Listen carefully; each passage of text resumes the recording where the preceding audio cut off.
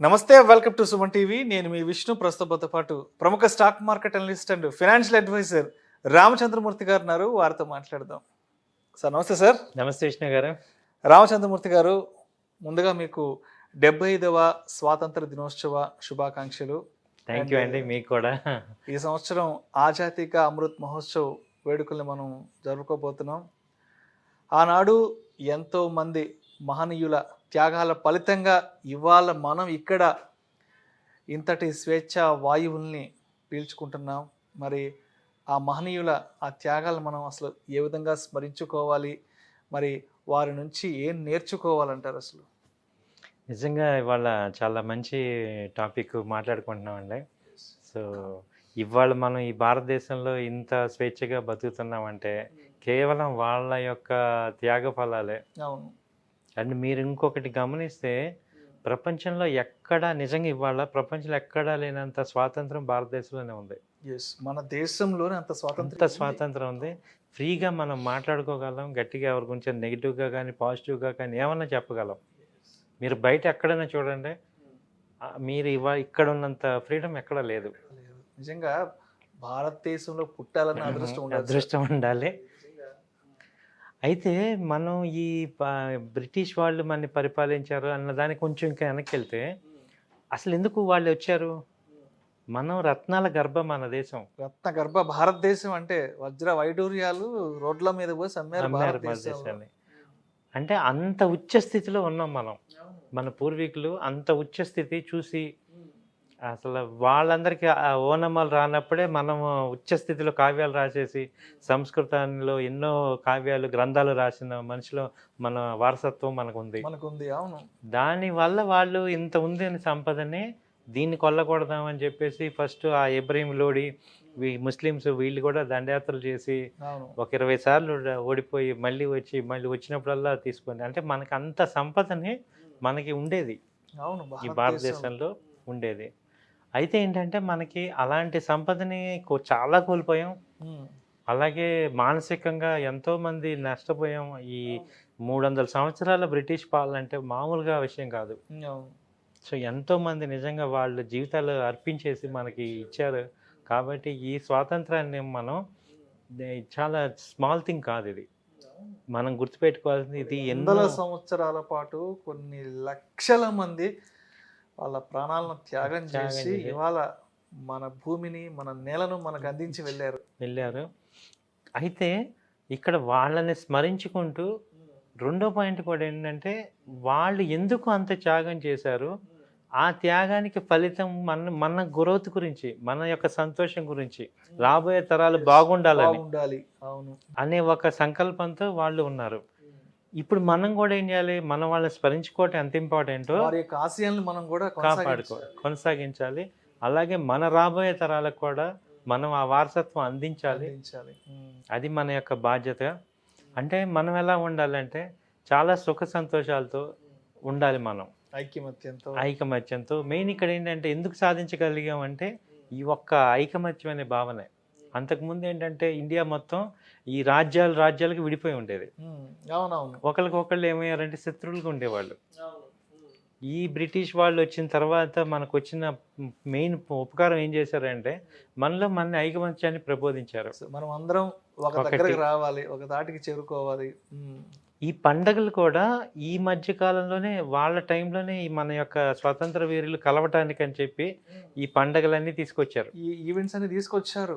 వాళ్ళందరూ తీసుకురావాలి, అందరూ మాట్లాడుకునే ఒక సందర్భాన్ని కల్పించాలనే ఉద్దేశంతోనే ఈ గణపతి నవరాత్రులని, దుర్గా నవరాత్రులని అది వరకు ఎవరిని కలవనిచ్చేవాళ్ళు కాదు. ఇవన్నీ వీళ్ళు తయారు చేయటం వల్ల మనందరం కలవటం, సంతోషం అవటం ఇవన్నీ జరిగాయి.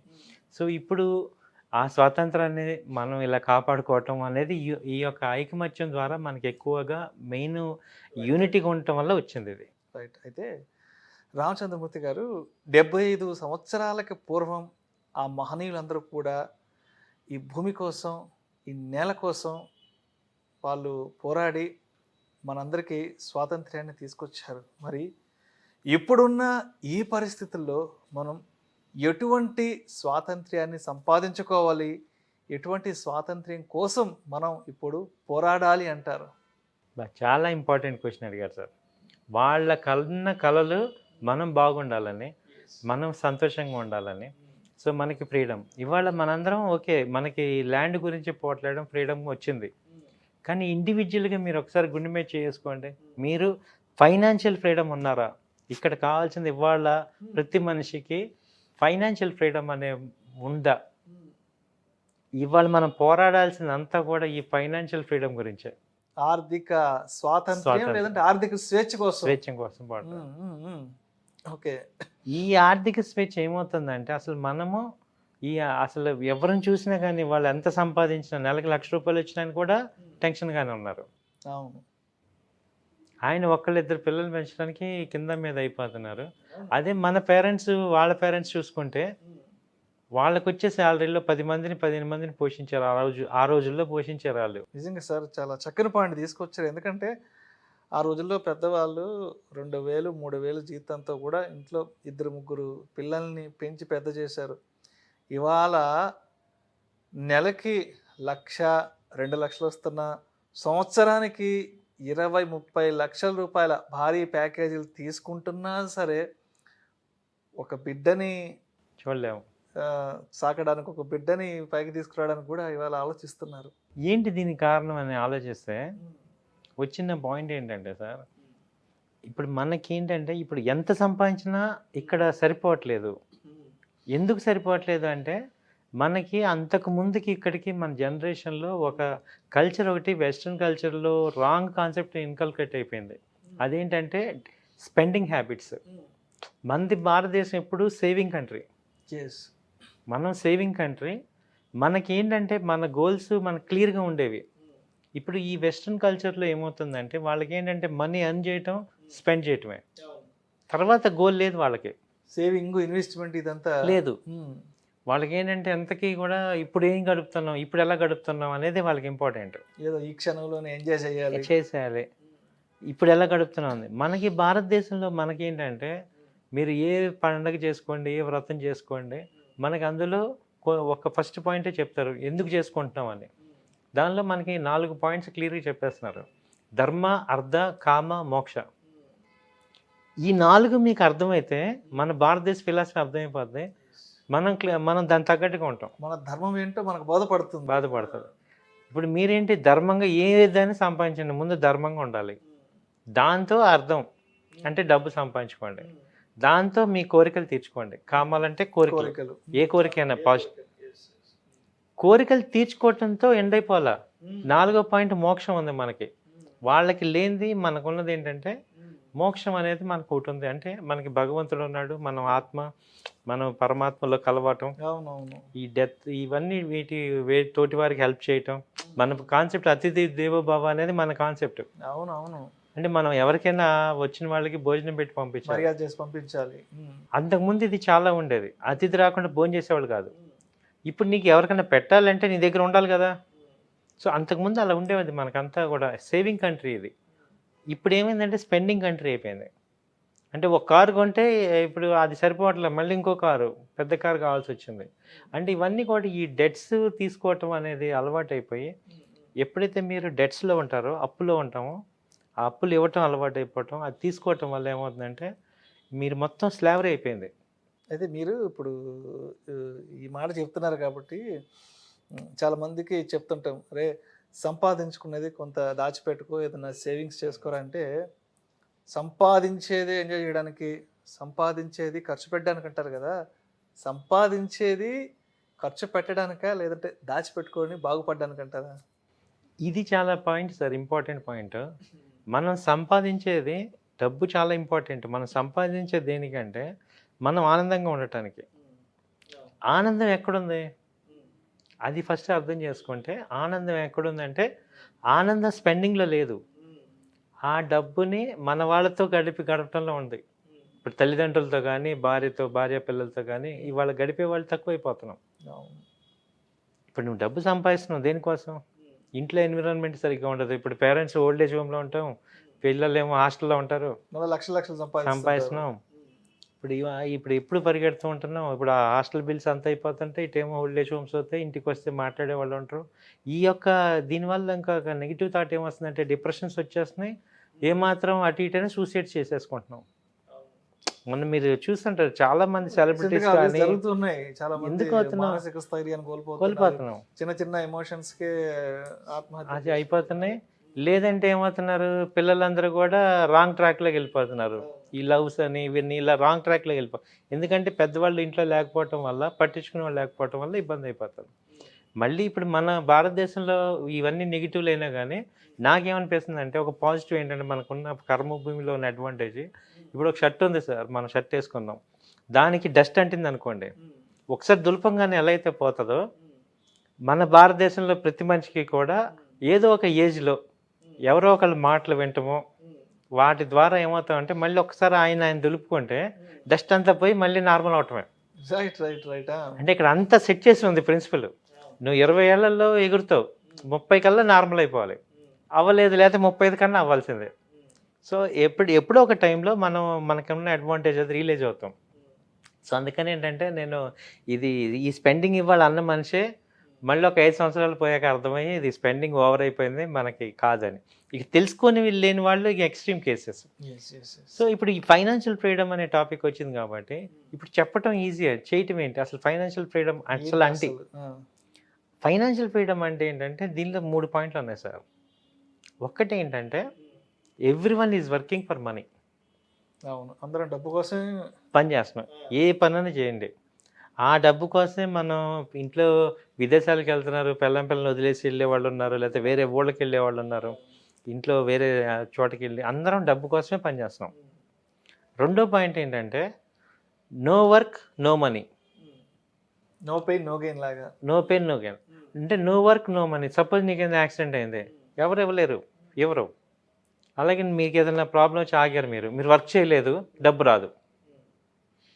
ఇప్పుడు మూడో పాయింట్ ఏంటంటే your money has to work for you. అంటే మన డబ్బు మన కోసం పని చేయాలి, అప్పుడే నీకు ఫైనాన్షియల్ ఫ్రీడమ్ వచ్చినట్టు. Okay okay. ఇప్పుడు నేను ప్రతి వాళ్ళు ఏమనుకుంటున్నాను, నేను సంపాదిస్తున్నా కదా నాకు ఫైనాన్షియల్ ఫ్రీడమ్ వచ్చిందంటే రాలేదు. మీ మనీ మీకు ఎర్నింగ్ ఇస్తున్నప్పుడే మీరు ఫైనాన్షియల్గా ఫ్రీ అయినట్టు. సో ఈ మూడో థాట్ని మనీ ఏం చెప్తుందంటే మనకి, if you save me today I will save you tomorrow. So కాబట్టి ఏంటంటే ఈ మూడో పాయింట్ని ఎంత ఫాస్ట్గా అందరం అర్థం చేసుకుంటాము అంటే ఒక 20 ఏళ్ళ మనిషి, ఒక 25 ఏళ్ళ మనిషి జాబ్లోకి వచ్చాక ఆయన ఒక 10 years 15 years వర్క్ చేసుకుంటూ వెళ్ళి కొంత ఇన్వెస్ట్ చేసుకుంటూ వెళ్తే 30 45 40 కల్లా ఆ మనీ నీకు వర్క్ చేయాలి. మీరు చెప్పిన ఈ మాట వింటుంటే నాకు ఇంకొక మంచి మాట గుర్తొస్తుంది, ధర్మో రక్షిత రక్షిత. మనం ధర్మాన్ని కాపాడితే ఆ ధర్మమే మనల్ని కాపాడుతుంది. ఆ మాట గుర్తొస్తుంది మీ మాటల్లో. అవునండి, ఆ ధర్మానికి ఈ డబ్బుకి లింక్ ఉంది. సో ఇవాళ డబ్బుని నువ్వు కాపాడితే రేపు ఆ డబ్బు నిన్ను కాపాడుతుంది. ఈ మాట నేను ఎప్పటి నుంచో చెప్దాం అనుకున్నాను, ఇది ఒక అవకాశంగా తీసుకొని అందరికి చెప్తున్నాం. సో స్పెండింగ్ చేయటం అనేది ఒక స్టేజ్లో ఓకే, కానీ ఒక్క స్టేజ్కి వచ్చాక మీకు ఫైనాన్షియల్ క్రైసిస్ ఇవాళ చాలా ఎక్కువగా ఉంటాయి. కాబట్టి మీరు చూడండి, ఏ సూసైడ్ తీసుకున్నా వెనకాల ఫైనాన్షియల్ బ్యాక్గ్రౌండ్ ఆబ్వియస్గా దానికి సంబంధించిన ఇబ్బందులే ఉంటాయి. కాబట్టి ఏంటంటే డబ్బుని మనం సేవ్ చేయటం అనేది మనం నేర్చుకుంటే మన ఒరిజినల్ కంట్రీ యొక్క మూలాలు అవే. కాబట్టి ఆ డబ్బుని సేవ్ చేయండి. మీరు ఎలా స్పెండ్ చేయాలంటే మీకు వచ్చిన ప్రాఫిట్, ఇప్పుడు మన మనీ ఏదైతే వర్క్ చేస్తుందో ఆ వర్క్ చేసిన మనీతో ఎంజాయ్ చేయండి. మీరు సంపాదించిన మనీతో ఎంజాయ్ చేయకూడదు. ఇప్పుడు నేను 1 లక్ష రూపాయలు సంపాదించాను, 1 లక్ష రూపాయలతో నాకు స్పెండింగ్ నేను ఎంజాయ్ చేయకూడదు. ఈ 1 లక్ష రూపాయలు ఏదన్నా మనం ఒక రిటర్న్స్ వచ్చింది, ఇప్పుడు ఏదైనా చిట్స్లో కానీ దేనిలో ఏదో ఒక మ్యూచువల్ ఫండ్స్లో కానీ ఇస్తే ఒక 5,000 ప్రాఫిట్ వచ్చింది అనుకోండి, ఆ అమౌంట్ని ఎంజాయ్ చేయండి, యు ఆర్ ఎలిజిబుల్. అంతేగాని ఈ అమౌంట్ ఎలిజిబుల్ కాదు. సో ఈ ఫైనాన్షియల్ ఫ్రీడమ్ అనేది మీరు అర్థం చేసుకుంటే, ఎంత ఫాస్ట్గా మనం అర్థం చేసుకుంటే అంత కంఫర్ట్గా మనం ఉండగలం. సో కొంత టైం వరకు మనం డబ్బు కోసం పనిచేయాలి, ఆ తర్వాత మిగిలిన టైం మొత్తం ఆ డబ్బు మన కోసం పనిచేయాలంటారు. పనిచేసినట్టు చేసుకోవాలి. రైట్. అయితే మరి ఈ ఆర్థిక స్వాతంత్ర్యాన్ని సాధించుకోవడానికి ఏమైనా మంచి డిసిప్లైన్డ్ రూల్స్ ఏమన్నా ఉన్నాయంటారా? డెఫినెట్గా సార్. అంటే ఇప్పుడు కొన్ని మంచి పద్ధతులు. అవునండి. ఇప్పుడు అన్ని చెప్పడం ఈజీయే, చేయటం కష్టం. కానీ చేయటంకి ఇప్పుడు నేను ఒక రూల్ చెప్తున్నాను, 50-30-20 రూల్. 50-30-20 ఈ రూల్ అప్లై చేసుకుంటే అంటే ఏంటంటే మనకి ఇప్పుడు ఒక 10,000 శాలరీ అనుకోండి మామూలుగా, దానిలో 50% మనకి రెంట్ కానీ, గ్రాసరీస్ కానీ, ఇన్సూరెన్స్ కానీ, హాస్పిటల్స్ కానీ వీటికి ఖర్చు అవుతుంది. నార్మల్గా ట్యాబ్లెట్స్ అవన్నీ వాడతాం. 30% ఏంటంటే మనం ఈ ఎంటర్టైన్మెంట్కి, ఈ లగ్జరీస్కి, విలాసాలు, వినోదాలు వీటికి ఖర్చు చేస్తున్నాం. 20% ఏంటంటే బలవంతంగా సేవింగ్స్ చేయాల్సి వస్తుంది. ఎందుకంటే మన ఎంప్లాయర్ కాంట్రిబ్యూషన్ అంటే ఈపీఎఫ్, పిఎఫ్ ఉంటుంది కాబట్టి ఖచ్చితంగా అటు వెళ్తుంది. ఇప్పుడు ఈ 30లో మీరు కనుక అట్లీస్ట్ 20% సేవ్ చేయగలిగితే మీరు ఒక ఓవర్ ఏ పీరియడ్ మీరు మాస్టర్, మీ మనీ మీకు పనిచేస్తుంది. Right right right. సో మీ 100లో 20 నాది కాదు అనుకొని ఉన్నదాన్ని మీరు ఎంజాయ్ చేయండి. Right right. ఇది బేసిక్ ప్రిన్సిపల్ సార్. మీరు దీన్ని ప్రాక్టీస్ చేయండి. అండ్ మీరు అప్పుడు ఏమవుతాయంటే ఈ రోగాలు కూడా ఎవరిని, వీక్ పీపుల్నే టార్గెట్ అవుతాయి. ఇప్పుడు ఆర్థికంగా స్ట్రాంగ్గా ఉన్నాడు ఎప్పుడు ఆనందంగా ఉంటాడు, ఆనందంగా ఉన్నవాడు ఇమ్యూనిటీ సిస్టమ్ పెరుగుతుంది. చాలా నిజంగా చాలా చక్కని మాట చెప్పారు. అవును. అదే ఇప్పుడు టెన్షన్తో ఉన్న మనుషులు ఏమవుతుంది, ఆల్రెడీ ఎవరికో డెబ్ట్స్లో ఉన్న వాళ్ళు ఎప్పుడు టెన్షన్గా ఉంటాం. అండ్ ఇవాళ రేపు సార్ ఈ బ్యాంక్ వాళ్ళు ఇచ్చే లోన్స్కి వాళ్ళు కాల్ సెంటర్ వాళ్ళు ఫోన్లు చేసి నానా టార్చర్ పెడుతుంటారు. ఈ క్రెడిట్ కార్డు ఉండేది, ఈ లోన్ యాప్స్ అని రకరకాల టార్చర్లు, వీటి ఎవరు ఆత్మహత్యలు చేసుకున్నారు. కాబట్టి ఎవరు కూడా వాటికి టెంప్ట్ అవ్వద్దు. నేను ఒక అనుభవించి, నేను ప్రాక్టికల్గా మన లైఫ్లో చూసి ఒక ఏజ్కి వచ్చాం కాబట్టి చిన్న వాళ్ళందరికీ చెప్పేది ఏంటంటే ఈజీగా లోన్ ఇస్తాడు కదా అని అట్రాక్ట్ అవ్వద్దు. కష్టపడి దాచుకొని సంపాదించుకొని అప్పుడు ఎంజాయ్ చేయండి. లైఫ్ చాలా పెద్దది. ఇవాళ ఒక 5 సంవత్సరాలు మనం మామూలుగా ఉన్న నష్టం లేదు అనేది నా యొక్క అభిప్రాయం. సో ఆనందానికి మించిన ఐశ్వర్యం కూడా ఇంకొకటి లేదు, ఇంకోటి లేదు. అదే ఆరోగ్యం. ఆనందమే ఆరోగ్యం, అదే ఐశ్వర్యం, అదే ఐశ్వర్యం. సో ఇది ఎప్పటి నుంచో చెప్దాం అనుకున్నా మనకి ఎక్కడ రెలవెంట్ టాపిక్స్ రాలేదు కాబట్టి ఇంత కష్టపడేది అందరం చివరికి దీనికి ఆరోగ్యంగా ఉండటానికి, ఆనందంగా ఉండటానికి. సో అది ఉండాలంటే ఫైనాన్షియల్గా మనం ఫ్రీ ఉండాలి. ఆ స్టేజ్కి అందరం రావాలి. ఈ స్వతంత్ర దినోత్సవం నాడు నేను భారతదేశ ప్రజలందరినీ కోరుకుంటున్నాను ఇలా financial freedom. Thank you sir. Thank you so much Ramachandramurthy గారు. 75వ స్వాతంత్ర దినోత్సవ వేడుకలు జరుపుకుంటున్న ఈ శుభ తరుణంలో నిజంగా మన ప్రేక్షకులకు ఈ ఆర్థిక స్వాతంత్ర్యాన్ని ఏ విధంగా సంపాదించుకోవాలి, ఆర్థిక స్వాతంత్ర్యాన్ని సాధించుకోవాలన్నా, సంపాదించుకోవాలన్నా ఎటువంటి డిసిప్లైన్డ్ రూల్స్ని మనం పాటించాలి అనే అద్భుతమైన విషయాల గురించి చాలా చక్కని మాటలు, చాలా మంచి మాటలు మన ప్రేక్షకులకు ఇవాళ మీ ద్వారా నేను తెలియజేయగలిగే అవకాశం నాకు వచ్చింది. Thank you sir. Thank you so much Ramachandramurthy గారు. థ్యాంక్ యూ అండి. Thank you so much sir.